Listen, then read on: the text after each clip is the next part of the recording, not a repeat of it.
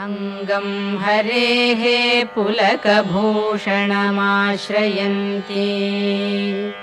भृङ्गाङ्गनेव मुकुलाभरणं तमालम् अङ्गीकृताखिलविभूतिरपाङ्गलीला माङ्गल्यदास्तु मम मङ्गलदेवतायाः मुग्धा मुहुर्विदधती वदने मुरारेः प्रेमत्रपा प्रणिहितानि गतागतानि मालादृशोर्मधुकरीव महोत्पलेया सा मे श्रियं दिशतु सागरसम्भवायाः आमीलिताक्षम् अधिगम्य